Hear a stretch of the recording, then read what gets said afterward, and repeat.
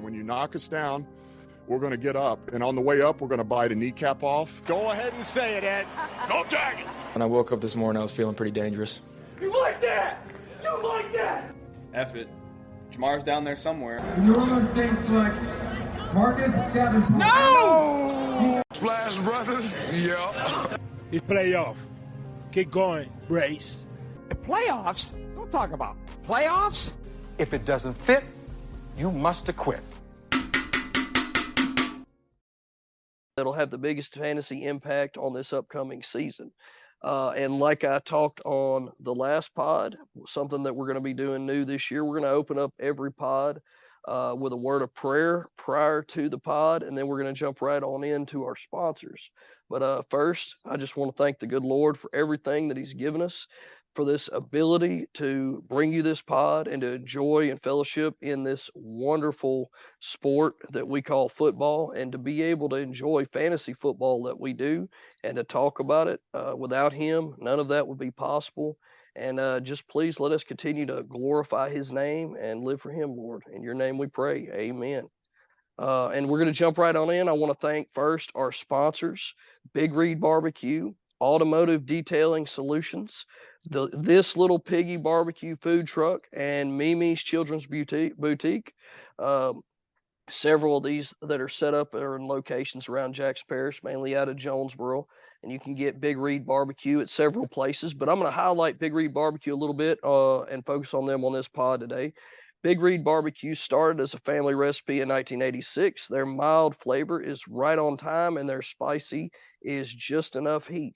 Owner Ken Reed and Director of Marketing Andre Leonard say you can get their sauces at Doug DeMona's Farm and Feed, Time to Shine Detail, the Salty Brahma, and the Quitman Store, and on Amazon. That's correct. They also have it on Amazon. So if you do not live in the Jackson Parish area, then you probably have no idea where any of those places are, but you can still find their product on Amazon. And we appreciate y'all sponsoring the show for Dirty Boot Sports and Chasing the Trophy Fantasy Podcast. And we're going to jump right on into it. This is the first time Josh has been on the pod this year. This is only the second one. He was not able to make it the first one, but welcome, Josh. We're going to get it kicked off.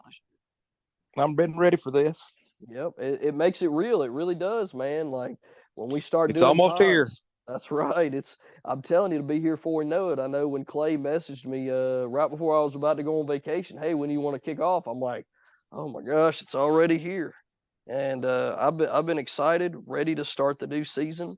You weren't on the last pod, but we talked about we're going to try to be a little bit more consistent. We're going to try to keep the shows a little bit more compact, but still bringing just as much content, just to try to keep it compact for people that might not have the availability to listen to quite as long.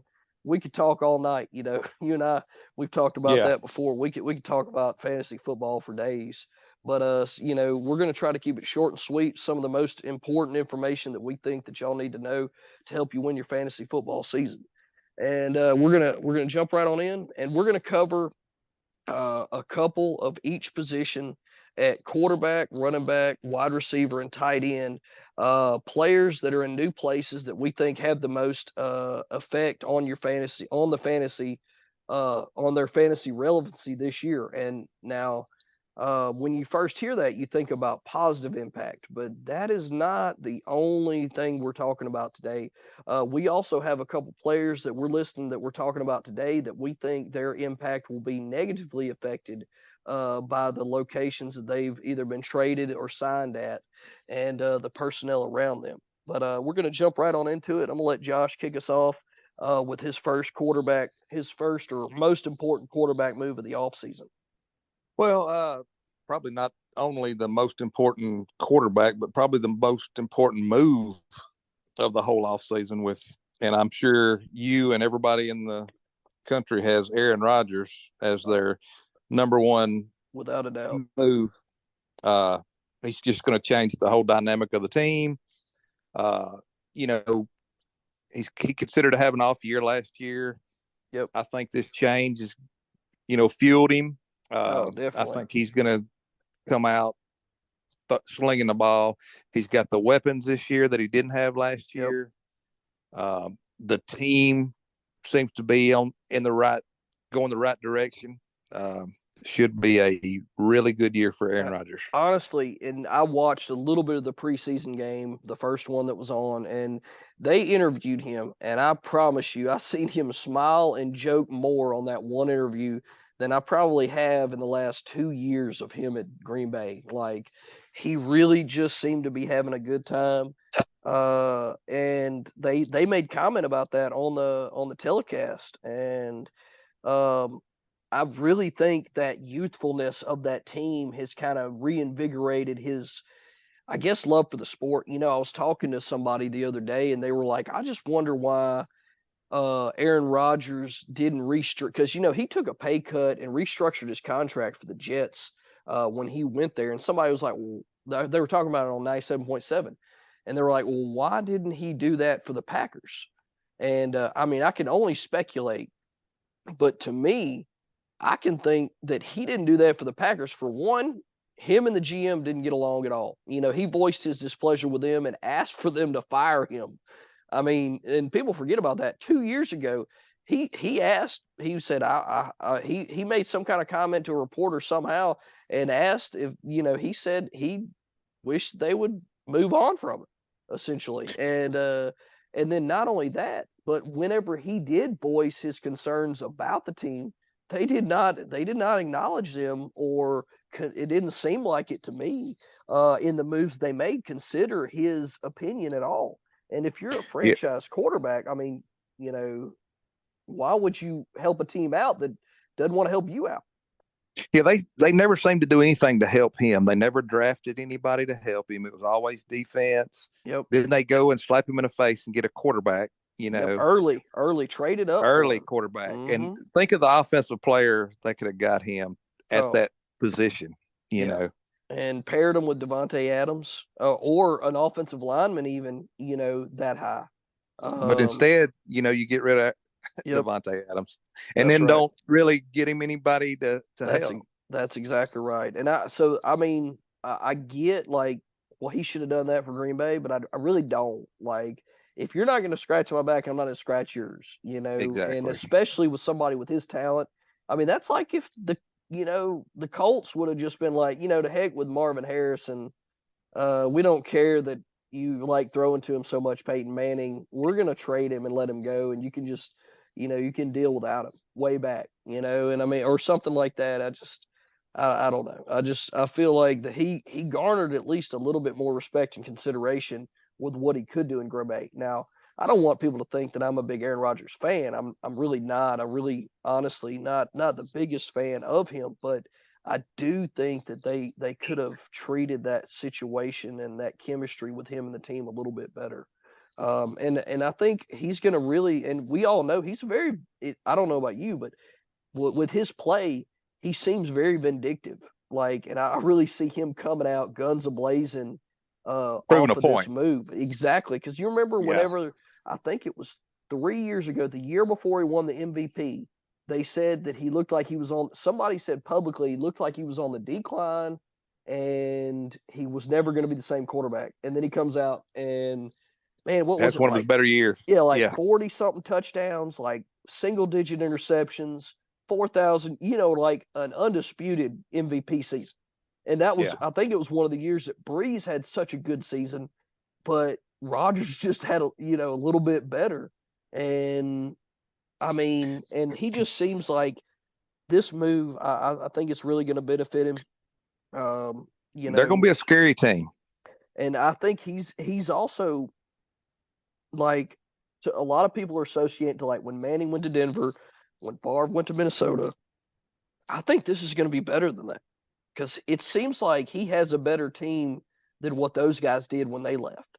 That's just what I think. Last year, the only thing they really needed, it seemed like, was a quarterback. Yeah. They had everything else. Yep. They were young, but and they've all took a step forward. Yep. Another year. Speaking of Rodgers, remember what happened at the end of the year after the season was over with? He went to this the darkness retreat. The darkness oh yeah. I mean, if that don't tell you something, and Not only that, but he was contemplating retirement. And this was another point that I was going to make. So he's trying to think, is it going to be worth his time to start fresh at a new team, build new relationships with new guys? And we all know from experience, Aaron Rodgers does not like new. Every time he'd get some young rookie, now they never got one with the talent that they could have, but you could tell he did not like new on his team. And he's got a whole new team now. Well, and that's something we'll talk about, here in a minute. But he brought over two of his wide receivers from Green Bay. This is extremely. I think this is going to rejuvenate him as a quarterback. I think he's going to be a lot more fantasy relevant than he has the last couple of years, personally. But I'm not so convinced that it's going to boost everybody on that team. But I'm sure we'll get a chance to talk about that again a little bit here in a little bit. And obviously, like Josh alluded to, Aaron Rodgers was my number one because it's such a big impact for him. It's a big impact for his team. It's probably going to benefit their defense because their offense is going to stay on the field more. I mean, for Pete's sake, look what that offense did with Zach Wilson and Mike White last year. And now they just got one of the most talented, and even in his later years, the best quarterback they've had since Joe Namath. I mean, you could say Chad Pennington, but I mean, he's no Aaron Rodgers. He's no Aaron Rodgers. And, even Vinny Testaverde, but still, he's not Aaron Rodgers. I think you got to go back to Joe Namath. And other than that, I don't think there's anybody else that's been that talented to play in the Jets franchise. And then I know Favre was there, but that was wasn't that the last team he was with, right? After he left Minnesota, didn't he have a cup of coffee with the Jets or something like that for 6 years? Yeah, I think so. Yeah, I think you're right. And then I think he got knocked out and then he retired or something. I don't know. But yeah, I think you're right. He did end up 1 year with them. Anyway, this is going to be the most talent they've had in a long time. And I think this is extremely important for Zach Wilson. I was just fixing to say that. He looked really good the other day. And somebody said that Aaron Rodgers was calling those plays. That was leaked. I don't know how true that is, but somebody said Aaron Rodgers called those plays for him. I mean, you sat behind Aaron Rodgers for just a couple years. 3 years. And I mean, who's to know that he might not be their next quarterback? Because we know he has the physical talent. But can he take that? Because we've seen his arm, we've seen him scramble, but it's doing it. It's the mental aspect, it's the mental toughness, and then it's the knowledge, the experience that you can pick up behind somebody like that, and just reading everything. I think this is going to be exponentially great. I think it was a great move for their franchise. Possibly, a very altering, a future altering for there, but. Anyway, enough about Rodgers. We're going to be talking about that. I'm sure we'll allude to that several more times throughout the fantasy season. But moving on to my number two, we'll just jump onto that. Derek Carr, big time homer pick right here, but I still think it's one of the biggest fantasy impacts in the league as far as a free agent move. Derek Carr from Las Vegas to New Orleans. This is kind of the low-hanging fruit pick for the pod to me because we're all Saints fans and we've been wanting at least a somewhat quarterback upgrade for quite some time. I mean, we kind of hoped that Jameis could fill those shoes. It didn't really happen. Andy Dalton came in, was a very serviceable backup and, was a fairly efficient game manager. But I think Derek Carr is going to take us to the next level. Is he going to take us to the Drew Brees level that we were used to? Of course not. I don't think so. I hope so. That's not. But I don't think so. Yeah. But I do think he takes us way farther than where we've been with Jameis and Dalton. I think he gets us back fantasy relevant as far as an offensive standpoint. Because, I mean, honestly, we weren't relevant, really. I mean, other than Kamara, and then he's had some of the worst years he's ever had. Olave was relevant last year, but I mean, he had some big plays to keep him relevant. So and I expect a lot more of those this year. I do too. But anyway, Derek Carr moving. I think he's a big upgrade in leadership and IQ at the position. That's one of his biggest underrated things is line is when he comes to the line is audibles. And that was something that Drew Brees was so great at when he was in New Orleans. And that's why I think that this will at least hopefully rekindle some of that chemistry and that fire with the team. Him being able to make those changes and garner that respect. They said he's already looked extremely confident at the with the offense. And then not only that, they're in a decimated division. We talked about this a little bit before the pod. There is no reason we should not win this division. With our defense, with him at quarterback, with the offensive talent around him, the offensive line that we have is still probably a top 10 in the league. And that's something else. This is the best O-line he has ever had. And I mean, we seen him. He was a top 10 quarterback with the 28th offensive line in the NFL in Las Vegas one year. I mean, and let's give him a top 10 O-line with a decent run game and some talent at wide receiver. And at tight end. He doesn't have Darren Waller at tight end, but Juwan Johnson is a poor man's Darren Waller all day. So I just think this is a huge move. Big, and I'll be honest, he is, which, any draft we go in Louisiana, he's going to go way higher than he should, but he is a great back end pickup at quarterback for somebody that maybe wants to go draft Anthony Richardson or draft a little bit riskier quarterback early on. Or kind of goes the no quarterback route. Or the no quarterback route. But honestly, and that's something we'll just go ahead and jump right on into it. I was talking to a buddy of mine earlier this week. I think this is the bounce back year for the quarterback.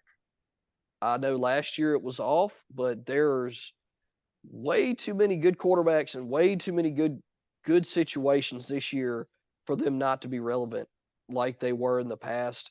Now,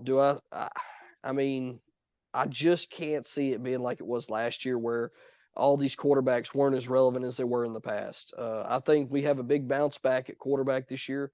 Now, we're still going to have those 5 or so that are going to separate themselves, but I think we're going to have about 10 to 12 in the middle that are going to be very similar.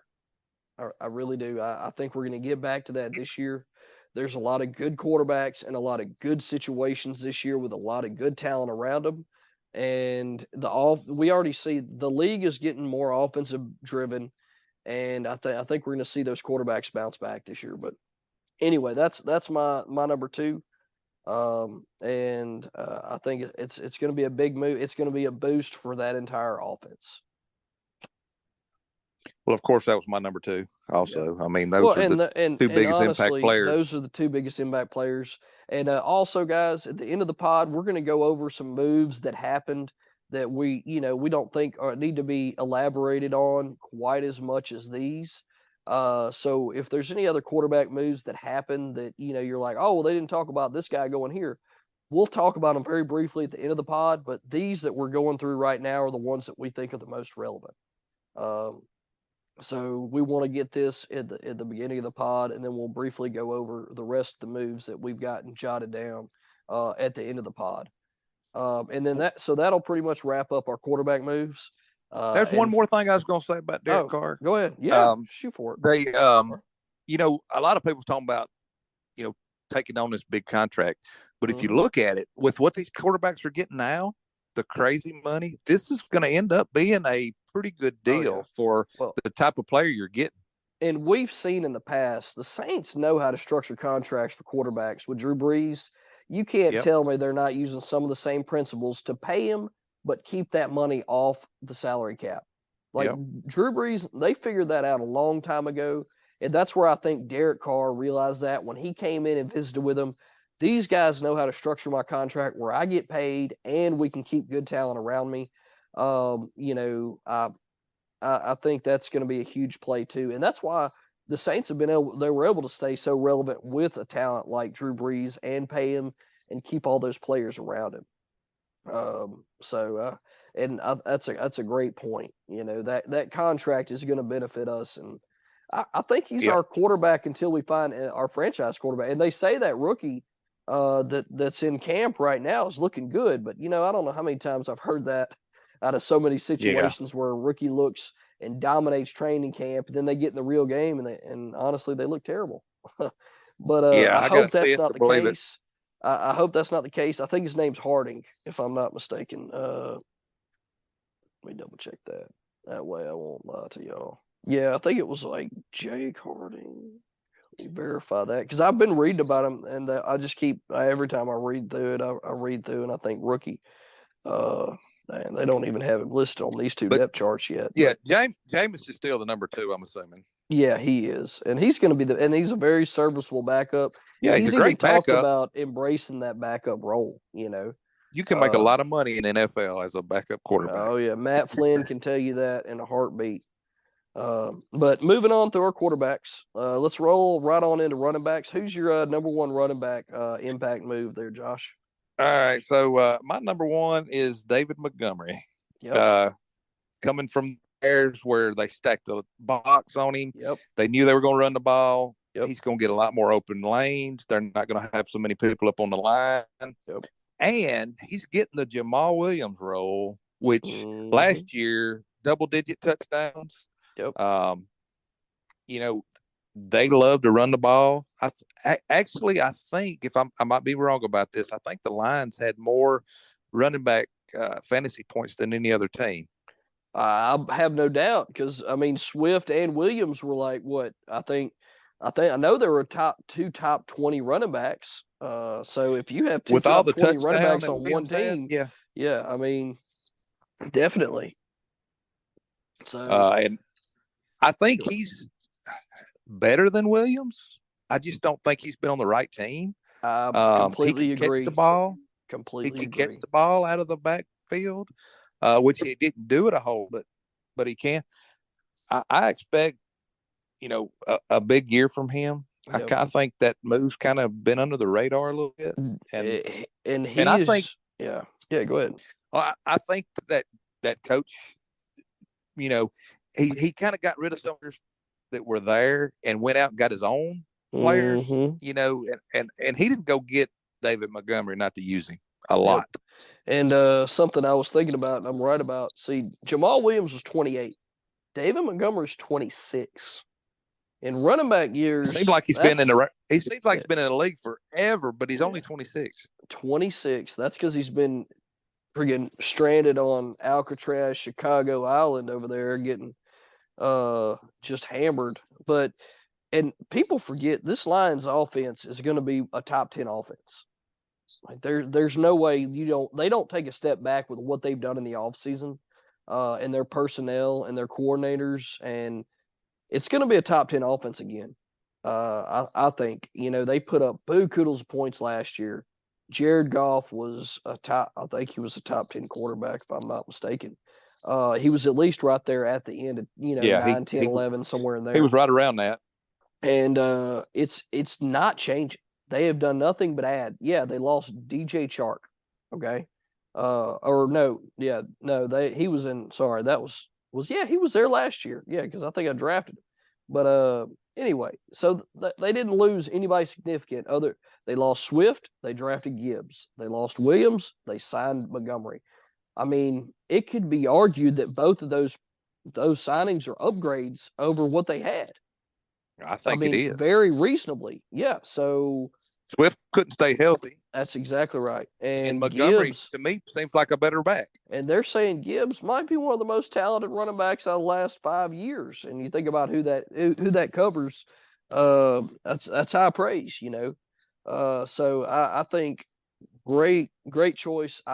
Honestly, I had a feeling you're going to talk about him, so that's why I was like, you know what, I'll let that one stay. I've got another guy, and I don't know. Did you want to say anything else about Montgomery Josh? My guy that's number one, and my number 1 and 2, they could be interchangeable, but this guy is number 1, doesn't even have a team yet. And because I just think that whatever team he goes to, he's going to mix it up, and that's going to be Dalvin Cook. He left Minnesota in the offseason. They let him go. He's trying to get more money, but whatever team signs him, they're not going to sign him as a backup or some guy to sit on the bench if somebody gets hurt. If a team signs him, he's going to get touches. He's going to take touches away from the guy that he's with, and it's going to muddy the water a fair amount. The only way that his move is a big positive impact is if he comes in, like Josh and I were talking about right before the pod started.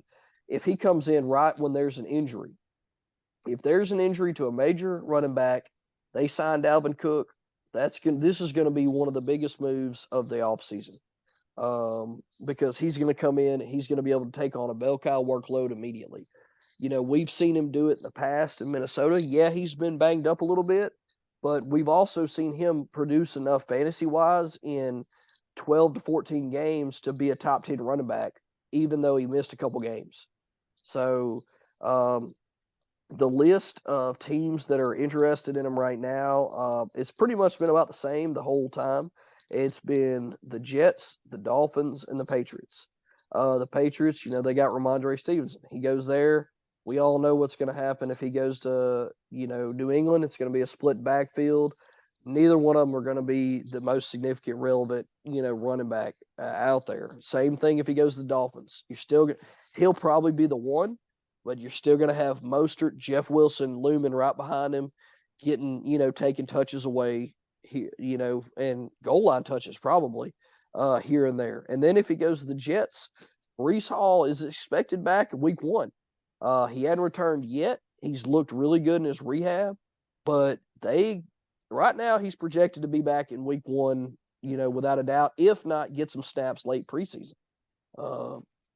So I think that's a big one right there. Dalvin Cook, wherever he goes, obviously on the pod, as soon as he goes and signs somewhere, it's going to be one of the first things we talk about in that pod right after. So just be listening to us and we'll update. But Dalvin Cook's going to be a big move. It's going to benefit him wherever he goes because he's going to get touches, but it's also going to negatively impact whoever is at the team that he gets signed with. So I just wanted to talk about him a little bit there, kind of give an update on who was interested. Right now, the Jets are the front runners. Josh, I don't know if you know, but he actually spent a day and practiced with the Jets, practiced with them. I didn't even know that until today. I read that in an article that he suited up and practiced with the Jets. I thought he just observed, but he practiced with them. And, and if Aaron Rodgers starts pushing for him, Lord knows, who knows what happens there. So people that got Breece Hall that have already drafted or keeper leagues, be keeping an eye on that because you don't want to put too much stock into Breece Hall if they end up signing Dalvin Cook because it's going to be a 1A, 1B situation, no doubt. But we've seen what Breece Hall can do with a limited workload. It's still pretty amazing, but I know a lot of people are counting on him being that bell cow running back coming into the season this year. Even though he's coming off injury, I still think he's going to have more of a workload than he did last year, as long as he comes back healthy and doesn't re-aggravate that leg. He's coming off that ACL tear, but we all know you come off an ACL tear, you're more apt to have some kind of a soft tissue injury on that side just because you didn't use it for so long and you're overworking it as you're trying to rehab it and get it stronger. So, but anyway, I didn't know if you want to talk about Dalvin Cook some there, Josh. No, you said about everything. I mean, it's just a wait and see thing. Like we both said, I think it happens after a major injury. Yep. Or later in the year when somebody's making a playoff run, yep. And we've seen it so many times. As soon as they start preseason, somebody in the game, they're going to play one series. It'll be one snap. Somebody will get hurt. It's terrible. God bless them because this is their livelihood, but it's going to happen. It happens every year. Somebody's going to get hurt, Hey, and something I was talking to somebody else the other day. Who's to say Indianapolis doesn't step up and sign him? You know what I mean? Yeah. Jonathan Taylor doesn't seem like he wants to play there. They need a running back. Zach Moss broke his arm, for Pete's sake. I'm waiting on that shoe to drop. If he goes to Indianapolis, I mean, that's a 3-down workhorse right there. Oh, And yeah. Jonathan Taylor, they're like, all right, you go ahead and sit out. We'll fine you and for not playing and blah blah blah, and then we don't have to pay you for sitting out or whatever. And hey, they'll be all good, happy, hunky dory with it now. And Jim Irsay's crazy enough to go pay that man whatever he wants. So we'll see. But that's one that they have not been linked to him, but I'm waiting on something like that to happen because they need a running back. Well, one thing I will say about Cook is, where do you draft him? Because like you said, depending on where he goes, he could be the steal of the draft if he gets in the right situation. But then again, ends up somewhere else. He split carries, and you overdraft him. That's a really hard. Somebody's going to take a shot at him probably earlier than they should.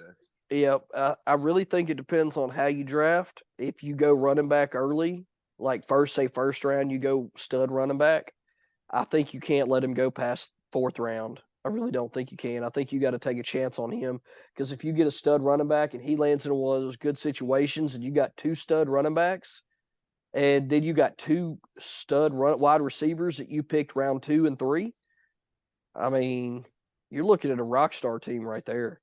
A lot of analysts are saying around 3 or 4 right now, just because he's been so heavily linked to the Jets, and they think that their offense is going to be so good that they think they might support him and Breece Hall. But I think that they're playing hardball because they don't really need him, and he wants them to need him because he wants that money. But I think the Colts are a lot more likelier outcome somewhere like that has has a running back holding out, But then if he goes and signs with the Colts like that, what does that say for their running back profession that's trying to hold out to get more money? They just start undercutting each other, and that doesn't help them out as far as like the NFLPA standpoint for that position. So we'll just have to see how that plays out. But I think if he goes to the fourth round and he's still healthy, and that's why this is another reason that Clay and I talked about in the last draft. You should be drafting as late as possible because that way you kind of have more of an idea. But if you draft early and you can draft, like people are waiting because they don't know what's going to happen, you might get a better value on him. But then also, like we just said, he might still be unsigned. And like Josh and I, we talked a little bit before also. Josina Anderson reported that Dalvin Cook has stated that he is in no hurry to sign a contract. So, which that could be all smoke and mirrors. That could be, negotiation techniques right there. Him trying to let people know that he's not in any hurry to sign. So they're going to have to meet his demands. But we know one place he's not going to end up. Yeah, that's Minnesota. Exactly right. Yeah, that's right. So, but let's go ahead and move on to your number one runner. We just talked about your number one, didn't we? Sorry. Yeah. Yep. Number 2.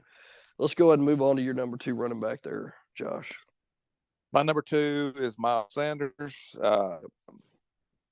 I had him last year in fantasy, got him really late, and he ended up being a great number 2 running back for me. And I honestly think he's probably going to get more work in Carolina. Completely. They're a pretty run heavy team.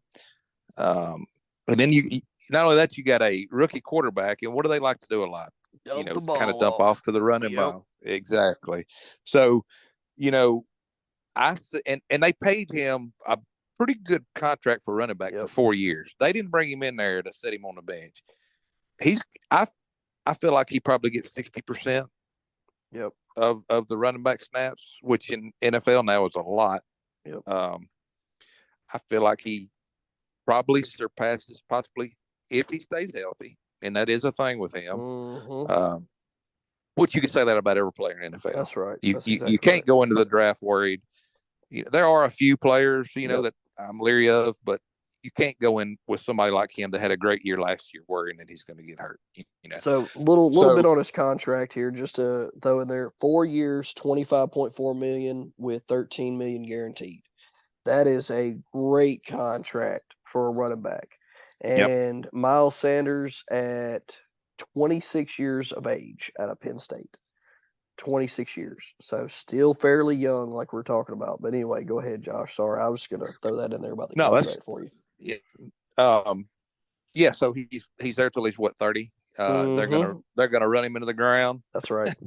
And after seeing what Carolina done last year, I mean, they ran the ball just about as much as most teams in the NFL. Yep. I just feel, and then having a rookie quarterback also, you're going to run the ball a lot more, try to play hard defense. And I think this team, we talked about it, is going to be pretty decent. Yep. They're not going to be as bad as a lot of people think. Like we talked about, I think if there's anybody that challenges, if anybody challenges the Saints in that division, I think it's going to be Carolina. Their defense was super underrated last year. I think they made several moves the offseason to get better. J.C. Horn, one of the best up-and-coming corners there in Carolina, he got hurt. What was it? I think it was like 6-7 games in.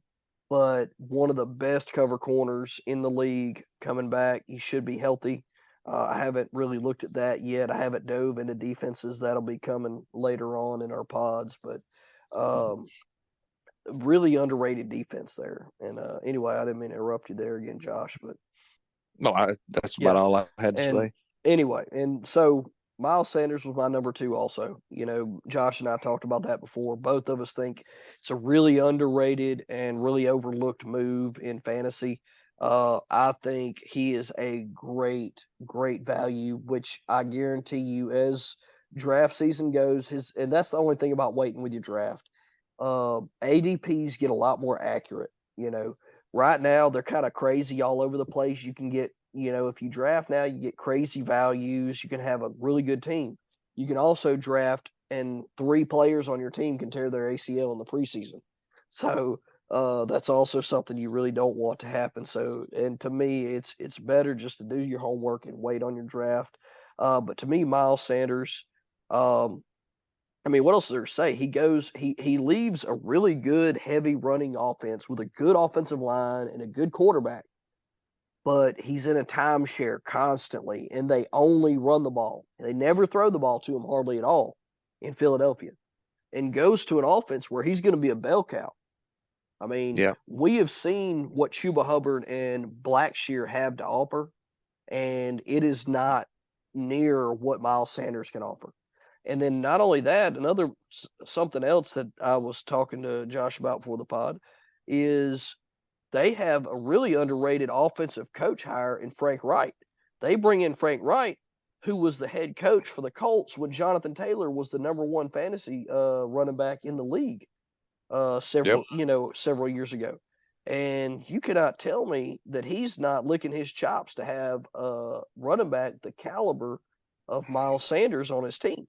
And you're also not going to have a quarterback that's going to take every touchdown away from you. That's exactly right. And he's actually going to catch some passes again, which he did very well in college. And we thought he was going to do a lot of in the pros. It just didn't happen.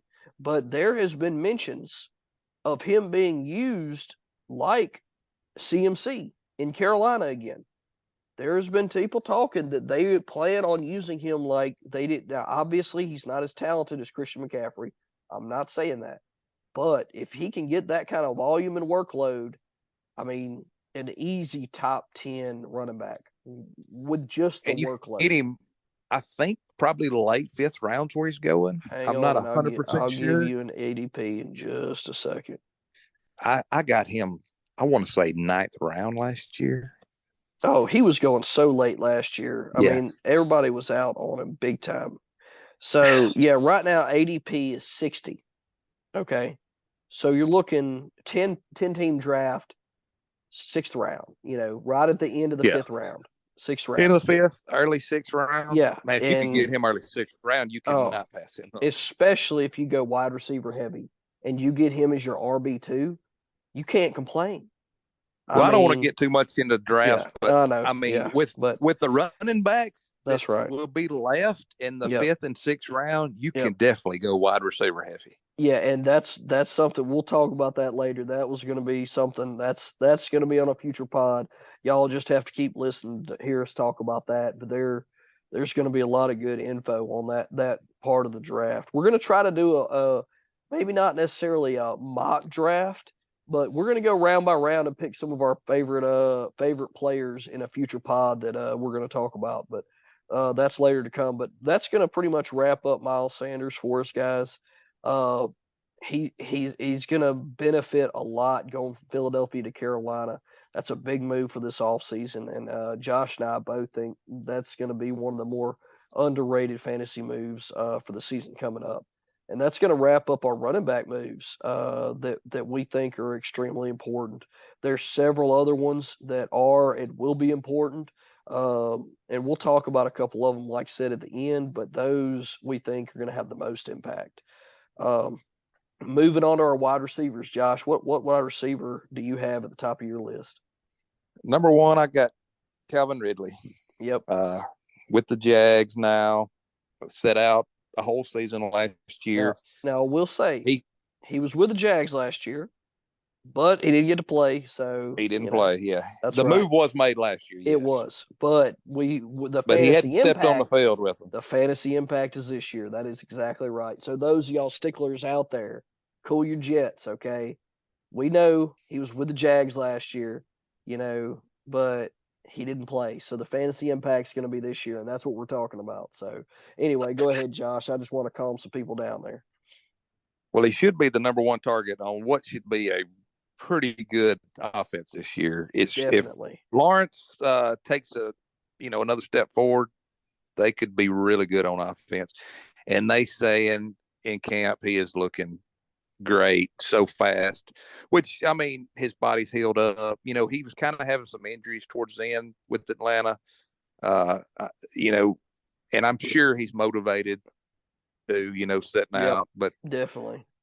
And a lot of people talking, they think there's potential for him to be a top 5 running back. I mean, a wide receiver. Now, I got to see it, but he's somebody you could probably get a little later and might end up, sneaking into the top 10, top 5. Completely agree. He is one that I didn't put on this list because I knew you were going to put him on here, honestly, because I really want to talk about him. But, I mean, he left Atlanta and was still in his prime. And I couldn't believe that, I guess they let him go because of the suspension and they knew they wouldn't get to use him for a year. I don't know. But I couldn't believe that. And then he goes to Jacksonville with a Doug Peterson offense that is heavily offensive geared. Okay. One of the best learning environments for Trevor Lawrence. And there's no doubt I think he takes another step forward. He becomes a more efficient passer. I think by far and away, Calvin Ridley is going to be his number 1 go-to. And I think I think his volume's enough to support Christian Kirk in the slot as number 2, a number 2 passing option. We seen them throw the ball a lot last year. And as we say with fantasy, volume is king.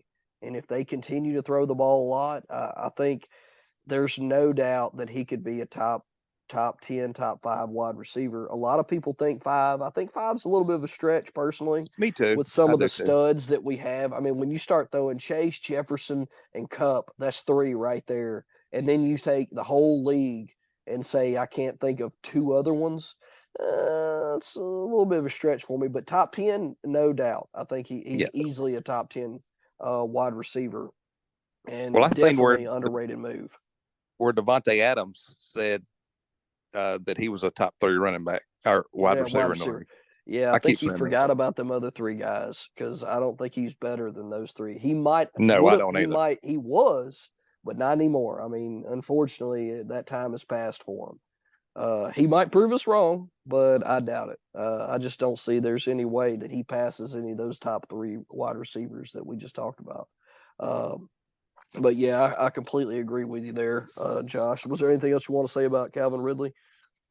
No, and I will say, I'm like you. I don't believe he's going to be a top 5 because there's too many talented wide receivers right now.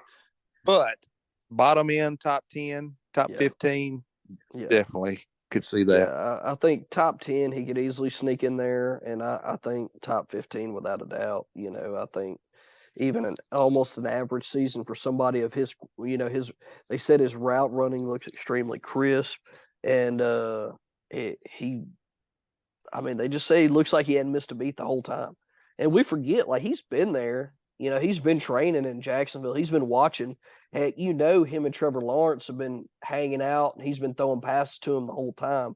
It's not like he just got there, but we're just now going to get the fantasy impact this year. So honestly, it's kind of a perfect storm for somebody in a new place to blow up completely, like, immediately. So we'll just have to see how that happens. But anyway, moving on to my number one, and this is going to be one of those that I talked about a little bit initially as a negative impact player on their fantasy impact, and that's going to be DeAndre Hopkins going from Arizona to the Tennessee Titans. God bless America. Okay. Tennessee Titans and wide receivers. I mean, if your name ain't A.J. Brown or Treylon Burks, you can't hardly be relevant in Tennessee. Now, DeAndre Hopkins was once the number one wide receiver in the league for a couple years in a row. And he is a shell of that person now. Now, am I saying he is a completely irrelevant wide receiver? Absolutely not. But I don't think he's going to garner the volume that he got in Arizona, because Lord knows they only throw the ball about 20 to 25 times in Tennessee, and I guarantee you half of them ain't going to one player. So he's not going to garner the volume. That's number one. Number two, he's been on the decline for the last couple of years, and I think he takes another step down this year. As age, old father time, nobody beats him, and I think that he takes another step down from there. Is he relevant? Yeah, he probably is a top 25 wide receiver. But where he's being drafted, as far as I know, hang on, and I'll give you an ADP, but he is being talked about like it was a big signing for him. But yeah, see, he's being drafted 57th overall, so we're talking late 5th round, okay, and 10-team draft. I think that's just too big of a risk for me for a wide receiver too, when you've got a lot of other, for sure, younger talent, higher octane passing higher octane passing offenses in the league. And he just, I don't understand the move. Josh and I were talking about that before. He said that he wanted to go to a team that was going to play for a championship. And why he thinks Tennessee Titans are that team, I don't know. And he didn't really sign for money. I don't think he signed for a terrible amount. Like, it wasn't just, pennies, but he didn't sign for money. But I just don't know. They didn't put a lot of money out there for him either. So they're not married to having to give him the ball a lot. So I don't get it. I think that's one of the biggest negative impacts on players' moves this offseason, because he had a lot more value in Arizona, could have had a lot more value at a ton of other places he could have went to. But I think Tennessee is one of those places that his value takes a significant hit. And not only that, his quarterback play, not saying Kyler Murray was lighting the world on fire, but you got Ryan Tannehill, Malik Willis, and Will Levis. And you throw the ball 25 times a game max. And Derrick Henry's the running back, and Mike Vrabel is your head coach. All of those point to Robert Woods-esque season from last year. Maybe not that bad by any means, but he's not going to I would not be surprised if Treylon Burks had a better fantasy year than DeAndre Hopkins. And you can mark that down. That's just me personally. But I'm gonna stop talking about it. I thought that was now. a very strange move, because it just, when all you could hear about was wanting to go to a contender, ends up there on a team that don't throw the ball. just don't make any sense. Yeah. Now, if Derrick Henry would have been let go and they didn't have a running game and they had a new offensive coordinator that was, West Coast offense, okay. But none of that's the case. So that's just me. And that's my number one move, and that's a negative impact for me. I don't know if you want to talk any more about it, Josh. I'm just going to leave it at that. Everybody can voice their opinions. But I just think it's going to be a bad move. I'll let people draft him in the 5th round all day long. That's just me. So, what about your number 2 guy, Josh? Number 2, I'm going to go with DJ Moore. I mean, he's been a reliable wide receiver for the last 5 years in Carolina, who hasn't really had that great of quarterback play. Yep. He goes to the Bears that are trying to open their offense up. Actually heard some things out of camp where they're actually running the ball through him a lot. Yeah. They're definitely going to try to get him involved a lot because they're trying to get away from that run only team, and this should help them. And I mean, I think the quarterback's going to be good this year. Yeah, I think Justin Fields takes another step forward. He looked very promising last year, and I think that only helps DJ Moore. Honestly, I don't know what they were doing with him in Carolina last year. For him to not have the volume, to produce as much as he did and not have the volume like he should have had, he was somebody I was like, please, Lord, let the Saints go after him. Like, man, he is such a talented wide. And like you just said, they're trying to run the ball through him. I mean, I haven't read that much about him, but that doesn't surprise me. He's such an athletically talented individual. Like, he's one of those players you really just want to get the ball to him any way you can. Yeah. And I think that's a great point to make about him. Anyway, you can go ahead and keep going, Josh. I didn't mean to stumble on you, but I ain't got much more to say. I mean, it's a great, like you said, it's a great move for him. And for what they gave up and what they got, I mean, you can't ask for much better. And you had your quarterback, so you didn't need that 1st round pick. And they traded and ended up with. That's right. Go ahead. No, I was just saying, and he's going mid to late 6th round. So, I mean, over the last couple of years, he's been somebody 3rd, 4th round, now mid to late 6th round. I'd take him over DeAndre Hopkins any day of the week. That's just I don't know what was going on early in Carolina. It's like him and Baker never could get on the same page. It's almost like, does Baker not like this guy because he's the best player in your team and you're not throwing him the ball? I'm pretty sure that every wide receiver thinks that exact same thing that Baker plays with, which is another reason that we'll talk about that a little bit right at the end of the fantasy pod. But I think it's a good move for DJ Moore. I think he kind of gets back. Last year it wasn't a bad year for him, but it was still a down year for him compared to seasons before. The early part was horrible. Yeah, I think he gets back to closer to those first couple seasons he was in the league. I think he gets closer back to that than he was last year. He definitely takes a little bit more positive regression, as they like to call it, where he gets back to his better norm.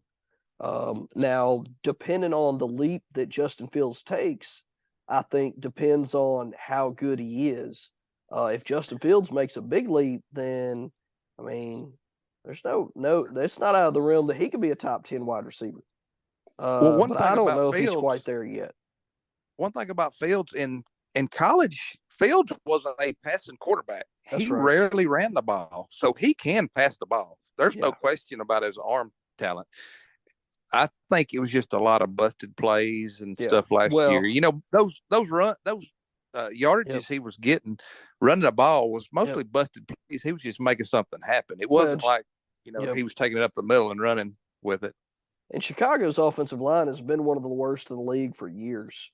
I mean, I can't, and that was why we were talking about David Montgomery getting out and probably being a way better running back than anybody realizes, because he was getting hit in the backfield just about every down, you know.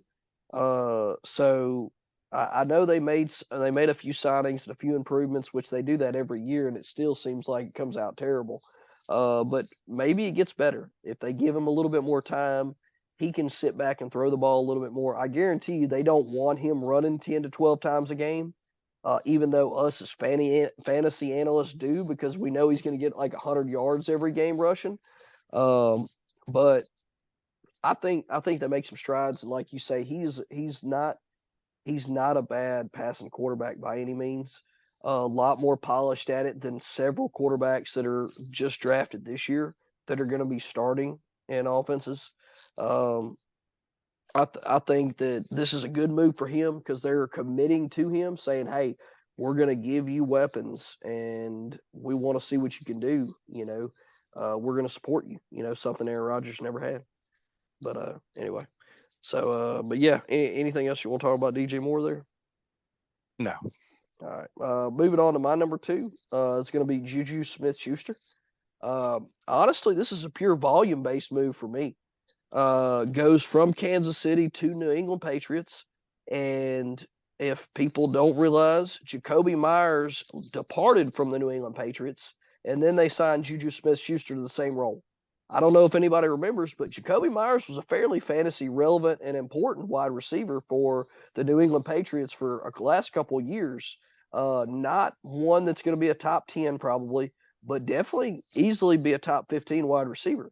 And we've seen Juju put up that kind of production before in Pittsburgh and had flashes of it in Kansas City. I think he goes from a intermittent role to a little bit higher floor, lower ceiling in New England. I mean, for all we know, it could be even higher ceiling. You know, we've seen Jacoby Myers had some really good games. So I think he just this steps might into be that possibly role. this might be the best wide receiver Mac Jones has had. It very well could be. If he could stay off TikTok, he very well can be. But yeah, Juju going from Kansas City to New England, underrated move. Now we all know, you know, I think Bill O'Brien's still the offensive. Is he still the offensive coordinator there? Yeah, I believe he is. And anyway, who knows how that's going to go out? He might, you know, I don't know. I don't even think Bill Belichick knows what's going on with Bill O'Brien. You don't know from week to week what's going on there.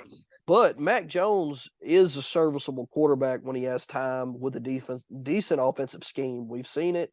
We've seen him carry Jacoby Jones as a relevant wide receiver in fantasy. And I think Juju Smith-Schuster steps into those shoes that Jacoby Myers vacated. And if anything, Juju's younger than Jacoby Myers was. So, I mean, we could see Juju kind of reinvigorate. He's not a spring chicken by any means, but definitely talented enough wide receiver to step into that role and fill those shoes. And I think he's going to have a better year than he did last year in Kansas City, where there seemed like a lot of mouths to feed, you know.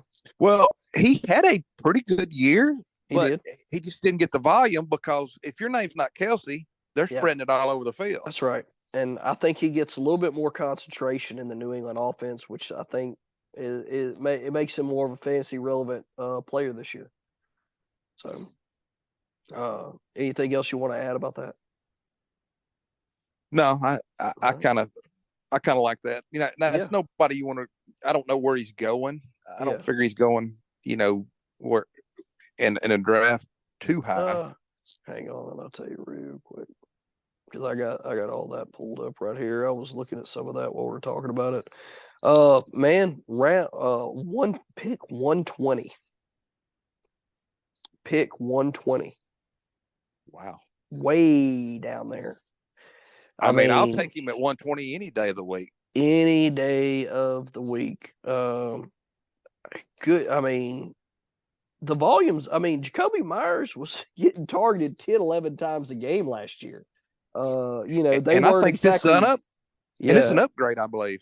I think it could be. I mean, you know, we'll see how Jacoby Myers pans out in Las Vegas, but I mean, Juju's a very talented wide receiver, and people forget how good he was in Pittsburgh because he had some injury riddled seasons and then Ben Roethlisberger just fell off the map all of a sudden there, but yeah, pick 120.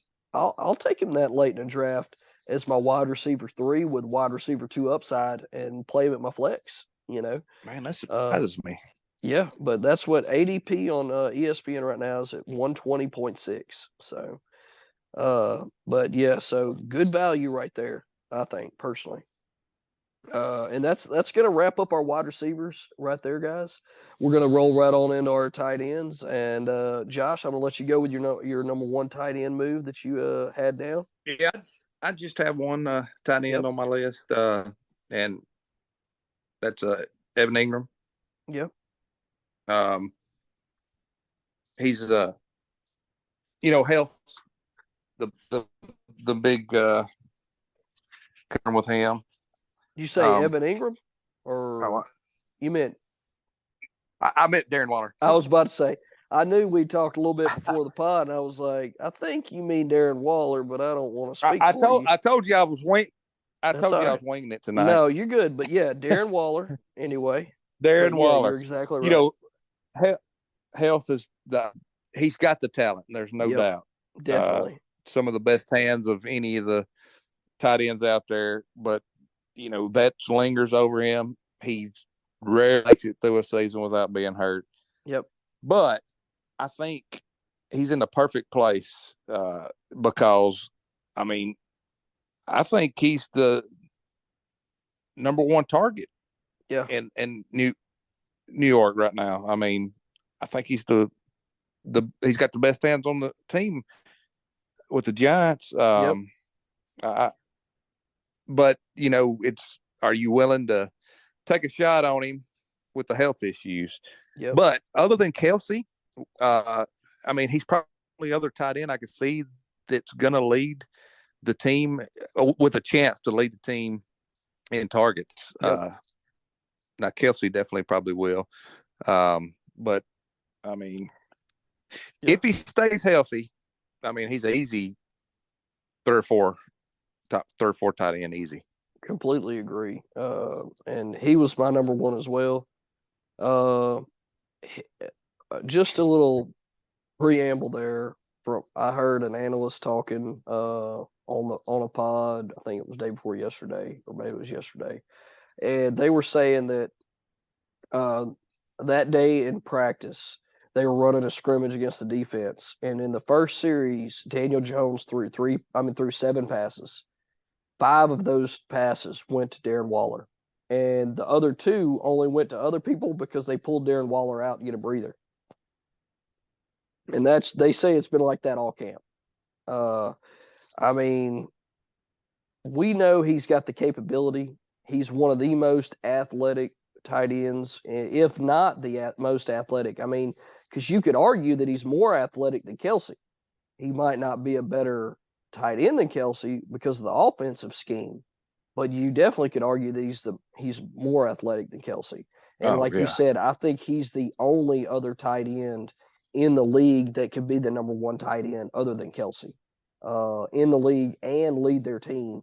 And like as you alluded to, the New York Giants are a pass catching starved for pass catchers. Sorry. They needed some last year, didn't have any. They need some again this year, and they pretty much only signed Darren Waller. They brought back Darius Slayton. They let Richie James go. Hang on, and I'll pull up their They let Kadarius Toney go. Yeah, City. they really did not make hardly any moves to improve any of their pass catching, hardly at all.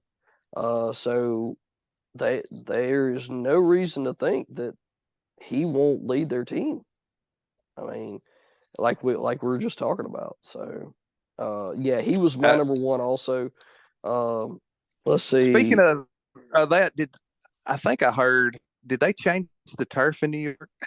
I think somebody did. I think they did. I think somebody did say they took of the turf and they're putting down grass again. Because I want to say turf, somebody said something about that. Nobody can stay healthy on that turf. Well, that was something that Saquon Barkley was pushed for. He was blaming all of his injuries on that. several of them anyway. But the only wide receivers they brought in Paris Campbell, big whoop. I mean, and Isaiah Hodgins. And then they still got Wan'Dale Robinson, and they signed Darius Slayton back. So I mean, Darren Waller is still by far and away the most talented pass catcher of that group. I think that he's the biggest free agent signing for tight end of all year, obviously. But I think this improves his draft stock tremendously. And I'll be happy to take him where I think somebody's been saying he's been getting drafted around, I think it was around third or fourth round, somewhere in there. If I can get to if he's about healthy, the he's fourth or worth fifth it. round, oh, no doubt. Yeah, average 50, pick 50. I'll take him at the beginning of the fifth. That's all that's about. Yeah. I'll take him at the beginning of the fifth because, like we were just saying, like I don't see Mark Andrews being the number one tight end. I don't see unless Kelsey gets injured, by the way. But not Mark Andrews, not Hawkinson, not Kittle, not Goddard, not Pitts. I really don't see any of them being the number one. But I can see Waller being the number one. In his situation with his skill set, Daniel Jones is a very serviceable quarterback to be able to get Darren Waller the ball enough for him to be that. But we don't want to forget Darren Waller is also a big run after the catch, like yards after the catch. When he was in Las Vegas, he had one of the highest yard after the catch averages for any pass catcher. That includes tight end and wide receiver. Well, like you said, he's very athletic, Yeah. faster than he looks. I mean, he big. can move. Yeah, I think he's like 6'8". So anyway, great move. My number one as well. Waller goes from Las Vegas to the Giants and is Daniel Jones' favorite person in the world right now. So I wouldn't leave my draft with only him, though. If you pick him, you need to take a shot on somebody else a little later in your draft. You take Juwan Johnson late. That's what you do. Take Juwan Johnson late with that. Just saying. But moving on, and you said you only had one tight end. I have another tight end. We don't have to talk about him very much, but this is another one of those negative impact players for me, and that I alluded to earlier on, and that's going to be Dalton Schultz, a tight end going from Dallas to the Houston Texans, where Josh and I talked about before, where players go to be fantasy irrelevant. Honestly, it's sad. Dalton Schultz, I've had him, I think, two out of the last 3 years on several of my fantasy teams, and he has been great in Dallas. But he has been great in Dallas because of Dak Prescott and Kellen Moore's offense and Dak Prescott's propensity to look for him in the red zone. You cannot bank on C.J. Stroud to carry him the way Dak Prescott did the last couple years, if not 3 years. He's still getting drafted, or he was getting drafted as if that were still the case. His draft stock has fallen a fair amount, but rightfully so. But to me, he has been one of the biggest negatively impacted fantasy-wise players due to a move this offseason as he goes from Dallas to Houston. Now, rookie quarterbacks do like to throw to the tight end, but also how much are they going to have to hold? In the past, we've seen it in Houston for several years where they have to hold that tight end in to block because their offensive line is so terrible. And honestly, I'll be honest, if your name's not Dameon Pierce, I don't think I want anything to do with you coming out of Houston. And that's just me. But Josh, what do you think about Dalton Schultz going Dallas to Houston? Do you think he's going to be irrelevant? Do you think it's not going to be that big of a deal? Do you think he's going to be a value where he's going? I think I just looked up. He's going around pick 126. He won't be on any of my teams. Neither, other than like you said, Pierce possibly. But I'm staying away from anybody from the Texans. Yeah, I got to see C.J. Stroud in game action before I decide to go with anybody out of Houston. And I'm not convinced he's as good as they're spitting in training camp. In training camp they're talking him up big, but I'm just not convinced that he's that ready yet. If he was, I feel like he would have went higher in the draft, personally. Thing I can say, though, is a lot of times these rookie quarterbacks do depend on their tight ends a lot. Yeah. So check downs, But he anyway, might end up being Stroud's best friend. He could be, or it could be Noah Brown, or it could be John Mechie, or it could be Damian Pierce. And that's something else about, even though this Houston offense is probably not going to be that great of an offense, there are talented players in it. So it's not like we were just talking about the Giants, where Darren Waller is by far and away the most talented pass catcher they have. Noah Brown and John Mechie are probably a lot more talented pass catchers than Dalton Schultz. So it's just not a good situation, I don't think, for Dalton Schultz. The Giants would love to have those two. Yeah. Oh, no doubt. So but yeah, I think negative impact for Dalton Schultz going from Dallas to Houston. So if you're drafting in your draft, wondering why Dalton Schultz is way down there around pick 120 something, he's in Houston. If you want to roll the dice, great, do it, but be prepared to draft somebody with some high upside also that's later on that, we'll be talking about some late fantasy tight ends in some future pods. So be on the lookout for those, but I would be definitely be wanting to pair somebody with Dalton Schultz, and just in case that he rides your bench the whole year if you don't end up cutting him. And I don't know if you have anything else to talk about Dalton Schultz, but I think we've spent enough time on him. Oh, yep.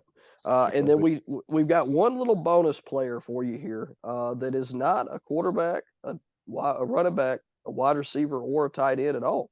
And this player is really, honestly, not a fantasy player at all. He's an offensive tackle, but this is one of the biggest signings of the offseason because he impacts a very high-powered offense greatly, and that's going to be Orlando Brown, offensive tackle, going from Kansas City to the Cincinnati Bengals. And if there is one quarterback that we all know and love in Joe Burrow that needs the extra help on his offensive line, it is Joe Burrow. And boy, did he get it in Orlando Brown. Probably, you could argue, you don't even have to argue, top 3 tackle in the league. All right. And you probably argue one of the number 1 tackles in the league. Big time signing for Cincinnati. He is going to help in run blocking. He is going to help in pass blocking. He's going to help in every facet of their offense. And you and I were both talking before this pod. I cannot believe Kansas City let him go, but they did. And he goes to Cincinnati to help out Joe Burrow. And I think that's just a big boost for their offense in general. The offensive lines don't get enough credit with their impact in fantasy. And I try to pay attention to that. But I think this is going to help Joe Mixon a lot. He's going to get a lot more open holes. And I think it's going to help Joe Burrow a lot, watching his 6, because if I'm not mistaken, he's going to be his left tackle. And that's going to be Joe Burrow's blind side. So I think that's a big-time signing for them. If there was anything the Bengals needed, they got it with that. Yeah. And that's got to make your quarterback's got to feel good whenever your team goes out and makes a big signing just for you. That's right. And we all know Joe Burrow. I talked about it some of the last pod. Got the calf injury. He's got to heal up. Obviously, he's got to be out there for them to be fantasy relevant. But if he's not out there week 1, you definitely want to be all in on Joe Mixon, without a doubt. But anyway, big time signing for them. Orlando Brown coming from Kansas City to Cincinnati, offensive tackle. And like we said, if there was anybody that needed a boost on their offensive line, it was the Bengals, and that was about the only thing they needed. So, and that's going to wrap up our players as far as our opinionated big time moves that we really wanted to elaborate on this pod. Now, we got a list of some guys that did get got moved into different locations that we didn't elaborate on quite as much that we do want to tell you all about. But we're just going to kind of roll through those. And I think Josh has got that list ready for us.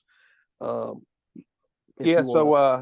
at quarterback, we got Jimmy G going to Las Vegas. Yep. Baker Mayfield going to the Bucks. Yep. Jacoby Brissett going to Washington. Yep. With the running backs, we also got our New Orleans Saints getting Jamal Williams. Yep. Rashad Penny and DeAndre Swift both going to the Eagles. So yeah, they have totally different running backs now. And, people could try to argue that they have big impacts, but I think their impacts kind of wash each other out, honestly. That's just me personally. I think that with both of them being signed and both of them being as talented as they are in one place, we've seen Philadelphia's offense be a good offense, but not like, we've seen Miles Sanders be a top 20 running back, but he's the only one fantasy relevant. Now, both of these guys are more talented than Miles Sanders, but I just don't know if their type of offense with Jalen Hurts running, scrambling like he does, throwing the ball, I don't know if they support two guys. Well, they're not going to just support two guys. They're going to use all four running backs some. Yeah. Even exactly Boston right. Scott is going to even get some. And then the biggest guy is going to be the quarterback taking away a lot of your run and your touchdowns away. But me and you both know one of them won't make it the whole season. Yeah, because Lord knows. Very injury-prone players. Well, and Clay and I joked on the last pod talking about Rashad Penny. Maybe it's been his curse being in Seattle, and if he does not get hurt, we can blame it on Seattle. Because Lord, look at their running backs right now. Both Kenneth Walker and Zach Charbonnet, their number 1 and number 2 running backs are down with injuries right now already. And Rashad Penny's still healthy. I'm just putting that down right now. He's still healthy in Philadelphia. So maybe it's Seattle. Just saying. Well, Penny, when he was healthy in the second half of what was it, 2 years ago, maybe? Was the number 1 running back for number 1. What, the second half of the year? I mean, he has the talent, and we know what Swift has. I mean, he's one of the most talented big play guys in the NFL.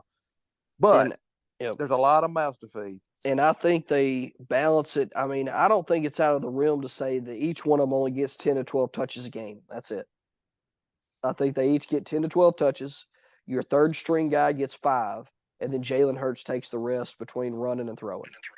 The thing about it, if Swift is healthy, he don't need but 10 or 12 with the big play capability. But I think 5 of those got to be catches. 5 of those got to be catches. Yeah, I think Penny needs like 20 rushes to be fantasy relevant. And he's not going to get, because he's not going to get the touchdowns. That's right. With Hurts there. And then I think we're looking at Swift being the same player he was last year. And then Penny stays healthy, but not as fantasy relevant when he is playing as he has been in the past. So anyway, moving on. I knew we was going to get hung up on that one for a minute because both of us were probably going to want to talk about them just a little bit. And Singleton left the Bills, the Texans. Yeah. That's another one, I don't want part of. No. Damian Harris went to the Bills. Kind of interesting. And I've heard some fantasy analysts talking that could be a very big sleeper pick because they expect him to take on kind of that goal line back role that we've seen the Bills kind of lean on in the past. Who was that last year? Who was that guy last year that they had stuck in there? Singletary was the one that carried the ball probably more than anybody. Oh, they let him go, but anyway, brother. Yeah, James Cook, he's going to be, to me, the most relevant, but there's been some analysts thinking that Damian Harris could have a Jamal Williams type role for Buffalo. He's going to run the ball, get a fair amount of goal line, not going to catch the ball. He's going to get some in between the 20s runs, and then he's going to get some goal line runs, and then the rest of it's going to be James Cook. I feel like if you could get him pretty late in your draft, to be like that fill-in guy when your running backs are, out and all. definitely would not be a bad pickup. A lot of analysts think, I've had several mini pods say they think it's only a matter of time till they start pulling the reins back on Josh Allen's running and they start handing that ball off to the running backs more. And that's what's held a lot of running backs back in the red zone the last couple of years is him running that ball in at the goal line. Yeah. And he's taken a ton of hits, and it's just a matter of time till they start kind of pulling and be like, all right, we're going to hand this ball off instead of letting you run a quarterback sneak around the edge. You know what I mean? So if that's this year and Damian Harris is that guy they're going to hand the ball to, I mean, you're looking 10, 12 touchdowns, no problem, with that high-powered of an offense. So we'll just have to see where it goes. But yeah, anyway, big move. And he's got to stay healthy. He's had some hamstring injuries in the past, but he's had some good games as New England's number one running back before Stevenson emerged. So we'll just have to see what happens. But anyway, going on. And Melvin Gordon to the Ravens. Yep. So let's go to wide receivers real quick.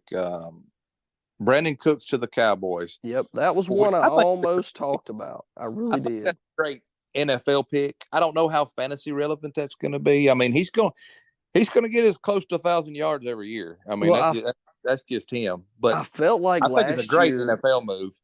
I felt like last year they were really searching for that number 2 wide receiver that never emerged. And I think Dalton Schultz kind of filled that gap a little bit. And I think that we could see Cooks kind of slip in there and be a little bit more fantasy relevant than what people are thinking. I don't think his impact is going to be as much as the wide receivers that we talked about earlier, but I think he could be a little sneaky pick there at the back end because we all, when he's healthy, he's had multiple 1,000-yard seasons with several different quarterbacks. So yeah. I don't, and Dak Prescott's by far and away not the worst quarterback he's had with a 1,000-yard season. So, I mean, I think he can be very serviceable. And if anything, I dare, other than Michael Thomas, he has not had another talented wide receiver that he has been paired with in quite some time. So for him to be getting the number 2 coverage, now he's got to stay healthy and he's not a spring chicken either. But he's got to stay healthy, but I mean, he's going to be getting that number 2 corner. So we'll have to see how that plays out. I think that was a great signing by Dallas. Them addressing a need that they tried to fill. They thought they were going to get with some youth last year that just didn't pan out. But yeah, I think that could be a sneaky fantasy. Somebody you draft late at the end of the draft. I mean, he's probably I would dare to say he might not even be getting drafted in some. Let me see. There's too many Cowboys fans around. Yeah, no, he's way up. He's like 104. There you go. He's getting drafted. He's getting drafted before who we just talked about just a little bit ago. Juju. Yeah. But you know what that's all about, that name on his jersey. That's exactly right. So, but I think that not only his fantasy value, but Dak's. I think that helps Dak's fantasy value too. That's another.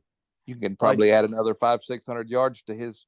And like I said, I think there's a lot of quarterbacks bounce back this year, and I think we're going to see that big range, that big middle range again emerge that we expected. That honestly trapped a lot of us as fantasy players last year, like fantasy, coaches last year.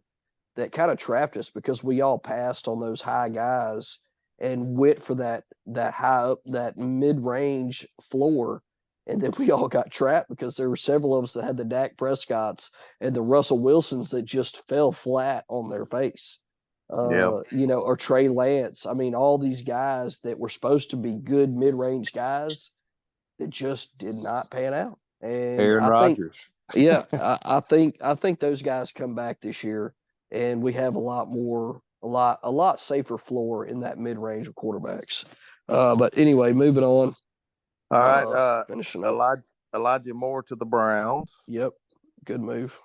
OBJ to the Ravens. Yep. And this one I think is a pretty good move. Not really from a fantasy, but for a team, Adam Thielen to the Panthers. When you got a young team that's on the rise, putting in a good veteran player that's been around and knows how to handle himself, I think that helps the Panthers out a lot. And he'll get some touchdowns there too. I completely agree. And with him kind of, I guess, showing he's got DJ Chark there, who's, a veteran, but then you got the rookie Jonathan Mingo that they drafted fairly high, Terrence Marshall Jr., and then they still got Laviska Shenault. Now that is somebody that could take some plays away from Miles Sanders that we didn't really talk about. That I did hear they were trying to get him more involved in the run game. But I still think you bring in Miles Sanders for that kind of money, you're planning on giving him the ball a lot more than anybody else in that backfield. But yeah, I think bringing him in and letting him kind of shadow and just kind of like Aaron Rodgers with the Jets. We know he's not going to be healthy all year, but him being able to share that knowledge and experience with Terrence Marshall, Jonathan Mingo, they both have the talent to be wide receiver twos in this league, if not better. We've seen Terrence Marshall do it in college, and they're just waiting on him to take that next step there. And that was probably another reason they felt okay about letting DJ Moore go, because they have some young talent coming in. So we'll just have to see where that goes. But I think you're right on nail on the head there with Adam Thielen coming in and at least being a secondary impact to some of these young guys that might take a step forward just because of the education that they can get from Adam Thielen. And having a young quarterback that, feels comfortable throwing it that way, Well, and their chemistry growing together too. Let's see. And you already mentioned DJ Chark to the Panthers. Jacoby Myers to the Raiders. Yep. We've already said that. And then I think I actually mentioned this too, Lazard and Randall Cobb to the Jets. So and I think those two moves right there, Lazard and Cobb to the Jets. Now Cobb not as much, but I think Lazard hurts the wide receiver core of the Jets more than people are going to realize, because we all know Aaron Rodgers is still going to throw him the ball. And if he takes now, it depends on if they let Rodgers throw the ball 50 times or not. But if you take, 6-8 targets away, is that going to take some targets away from Garrett Wilson? Or is it going to take them away from the tight end or Corey Davis or Denzel Mims? I think he's that rookie from last year that they still have there that's pretty talented. Where are those targets coming from? Now, I definitely am dreaming about the connection between Garrett Wilson and Aaron Rodgers. Don't get me wrong.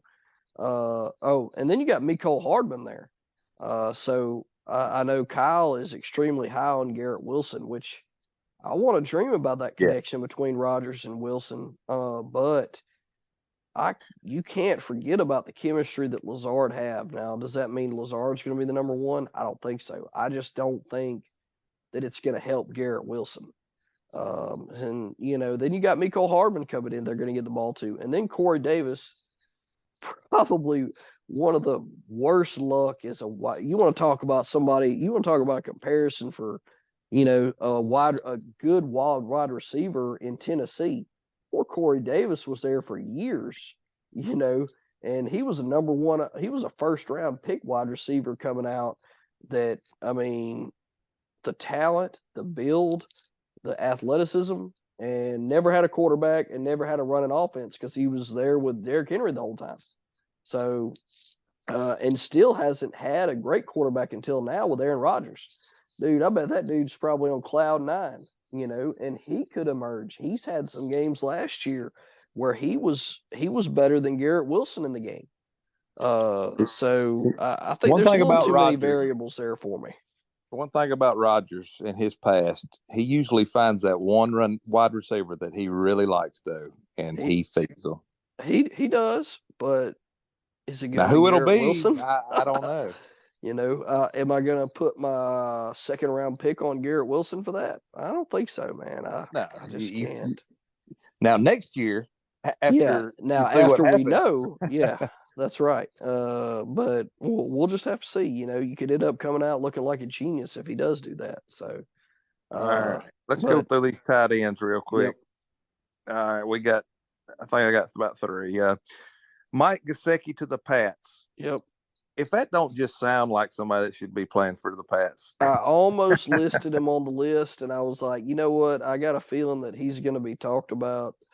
And I completely agree. Sounds just like somebody that the Patriots would try to utilize in some kind of Swiss Army knife role. Now the only I can bad see thing him is doing pretty good there. he's not a very good pass blocking tight end, and we all know that if you don't pass block for the Patriots, then you're not going to get to play. And that was something Rob Gronkowski made sure to tell everybody. I'm not just a pass catcher. You got to block to get on the field. So we'll have to see how that plays out. But as far as the pass catching goes, he's by far and away one of the more talented ones they've had since Gronk. But anyway, go ahead. And then we got Hayden Hurst leaving the Bengals, which I was kind of surprised about, and to the Panthers. And then the Bengals ended up with Irv Smith. Which can't stay healthy and stay on the field. Has all the talent in the world. Now, you keep him healthy. Yep. You got a chance to have a top 10 tight end, but will he be healthy? That's right. And I think that was their thought process with letting Hayden Hurst go, is that Irv Smith is a better tight end when he's healthy, And I mean, you can't say anything about Hayden Hurst. He's been hurt for the most part since he's been in the league. Now he's played more than Irv Smith by far, but every year Hayden Hurst has some kind of an injury, misses several games. That one year he had that hip injury, he missed the whole year with the Ravens. But I mean, I guess they're going on upside right there. And I think they are, but they're also probably leaning on that they have 3 stud wide receivers to throw it to. And if we don't want to throw it to our tight end, we don't have to. If anything, we just sign a blocking tight end and have an extra offensive lineman, and then we run 3 wide receiver sets the whole time, and they could get away with that just fine. So I think they're thinking if Irv Smith can play, we get him out there and run 4 pass catchers. If he can't play, then we run an extra lineman on there and be done with it. So I think they're just playing with house money as far as that goes. But anyway, was that lining them all out though? That's all the relevant ones we was want to talk about. Yeah, I mean, I'm sure there's other signings, but there is boo-koodles of signings left out there, guys, and there's signings to be made. There's several free agents out there that haven't, one that we talked about just a little bit before. Kareem Hunt visited with our favored New Orleans Saints today. Who knows what's going to happen with that? The news came down. Alvin Kamara is going to be suspended for the first 3 games of the year for beating up that guy in a club in Vegas. But anyway, going to be done for 3 games. So I guess the Saints are kind of thinking we want to make sure we have, plenty of support, which I heard the rookie was doing good. So I figured they would be good with the rookie and Jamal Williams for the first 3 games. That's kind of what I was thinking. But maybe they're thinking if we can get Kareem Hunt at a discount and, have plenty of extra depth, who knows? So, I mean, Kareem Hunt, we've seen him play in the slot for Pete's sake, So, I mean, they could run him out there as a slot wide receiver almost if they wanted to. But visited with the Saints today. We'll see where that goes. There's Ezekiel Elliott still out there. So there's plenty of moves that are left for people to be signed. We'll update those as they come along with pod, and as the pods come along. Any of those will be included in some updates and news. So if there's anything that you missed or think's relevant, we'll probably cover it over the next couple weeks. We've got several good pods coming up. We're gonna try to get out at least one more this week, hopefully. If not this weekend, and then maybe we're going to try to shoot for around 2 a week. It's going to be hard. We're going to try to keep a little bit shorter. This one still ran long, but It's good content. It's a lot of good information you need to know ahead of your draft that we're just relaying from other fantasy sites and our opinions that we get based off other fantasy analysts that we listen to a lot. It's just trying to consolidate it all into one source. That way you can come to us. We can be like, we listen to these guys, and these guys, and this is pretty much what they're all saying. And that's what we want to do. We want to consolidate it. That way we can be your one stop for your fantasy football information. And we just appreciate all the listeners out there. And last but not least, that reminds me that please like, subscribe, download, give us your feedback on our podcast, on any of your podcast, your application of choice, Spotify, Stitcher, Apple Podcasts, whatever your choice is. Like, subscribe, download, and then give us feedback. Let us know what you like, what you don't like, and they'll get that message to us, and then we'll try to include it or exclude it, whatever you want. And that's what we're here. We're just here to try to pass the information that people need. We just try to include what seems to be the most relevant. So, but we appreciate everybody listening, and are excited to get the year underway, and just ready to get it going and start doing some drafts. We got a lot of more content to cover over the next couple weeks, and there's a lot of good stuff happening. And anything else you want to say, Josh, before we get out of here? No, I think you about covered it all. Just can't wait till them drafts start. Yep. I mean, they'll be here before we know it. Lots of content, lots of players to talk about before that happens. And just keep listening, keep paying attention. Like I said, we're hoping to have another pod out by the end of the week, and probably a couple each one. So a lot of the favorites coming up: sleepers, bust, breakouts, and bounce backs. That's a new one that we haven't done in the past. Bounce back candidates, players from the year before that did not quite pan out the way they were supposed to, that we think are going to really pan out this year. So a lot of the favorite podcasts coming up, and we're going to go over all that content over the next couple weeks. So, but we're going to go ahead and get out of here for this evening. We appreciate everything, and go ahead and sign off, and good luck if you got any drafts coming up. And if not, we'll see y'all next time.